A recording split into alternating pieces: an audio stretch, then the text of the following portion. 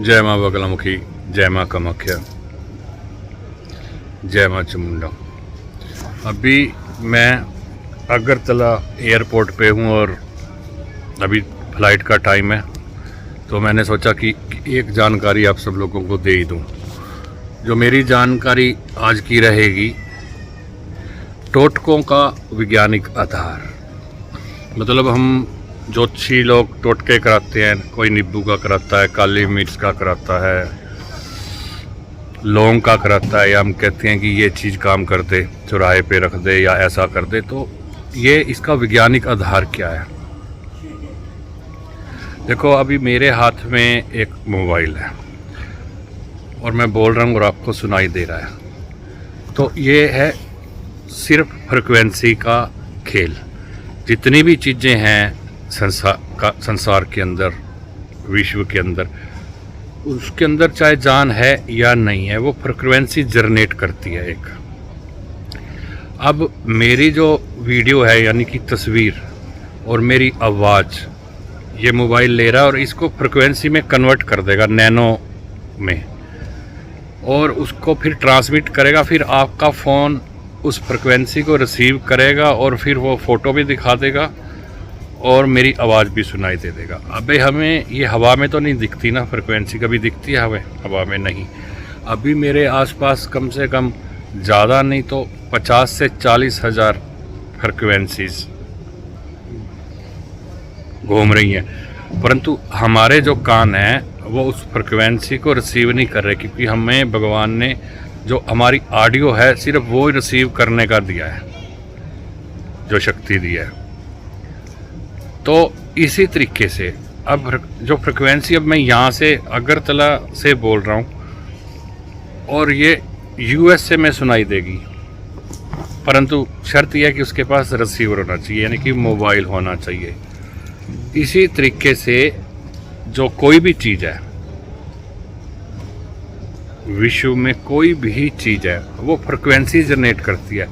और हमारे जो ग्रंथों के अंदर हम जो जैसे पूजा पाठ पद्धति करते हैं, वो फ्रिक्वेंसी जनरेट होती है। हम गणेश जी की जैसे पूजा करते हैं, मंत्र पढ़ते हैं। अब कोई भी मंत्र है, एक फ्रिक्वेंसी वो जनरेट करता है। अगर हम किसी के नाम से, जैसे भाई इसका काम बने, अच्छा बने, अभी जैसे हम अभी मंदिर में थे, त्रिपुरा सुंदरी मंदिर में, हमने लोगों के लिए प्रार्थना करी, उससे एक फ्रिक्वेंसी जनरेट हुई। और ये जो फ्रिक्वेंसी है, अब मैं यहाँ अगरतला में बोल रहा हूँ, चाहे मैं चंडीगढ़ से बोलूँ, चाहे मैं गुवाहाटी से कल बोलूँगा या परसों बोलूँगा, ये जो एनर्जी है ये कभी ख़त्म नहीं होती। ये वायुमंडल में, आकाश में घूमती ही रहती है। एक ही चीज़ है, हमारी आवाज़, जो कभी ख़त्म नहीं होती। यहाँ तक कि नासा वालों ने भी महाभारत के टाइम जो कृष्ण जी ने उपदेश दिए थे अर्जुन जी को, वो भी उन्होंने पकड़ ली है, मतलब पकड़ी जा सकती है।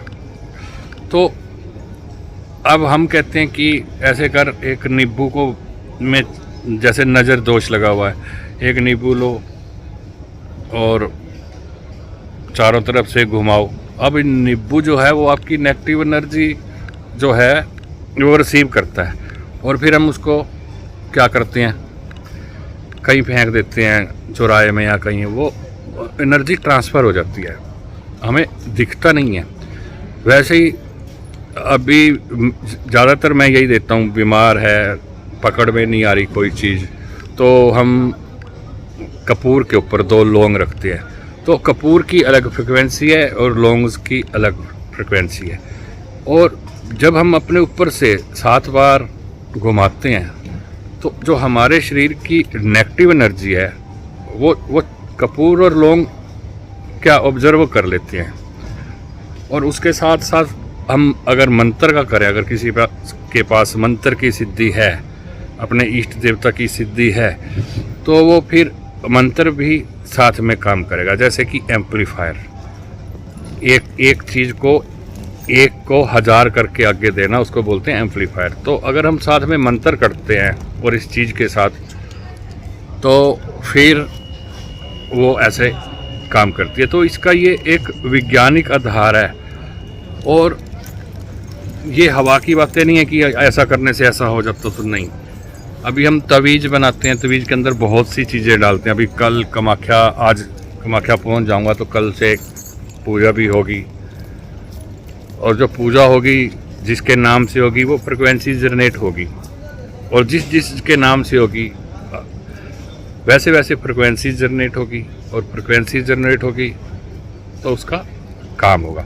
इसी प्रकार से तवीज़ के अंदर हम कई चीज़ें डालती हैं, बगलामुखी की चीज़ डालते हैं, कामाख्या का वस्त्र डालते हैं, हल्दी डालते हैं, कामिया सिंदूर डालते हैं, उसके नाम से मंत्र पढ़कर पढ़ते हैं तो वो काम करता है। मतलब ये एक वैज्ञानिक आधार है। और ये सब चीज़ें अब कुछ लोग नहीं मानते थे। जब ओरा स्कैनर मेरे पास आया तो एक आदमी की जैसे 100% पॉजिटिविटी है, अगर उसके हाथ में हम नेगेटिव कोई चीज़, नेगेटिव मतलब प्याज भी पकड़वा दें तो उसकी फ्रिक्वेंसी सीधा 100 से चली जाती थी पॉजिटिविटी 50 पे या 40 पे। तो ये एक टोटका जो हम करवाते हैं, टोटकों का ये वैज्ञानिक आधार है। ये ऐसे ही हमारे जो ग्रंथों में लिखा हुआ है वो ऐसे ही नहीं है। उस टाइम का जो विज्ञान है आज के विज्ञान से बहुत आगे था वो।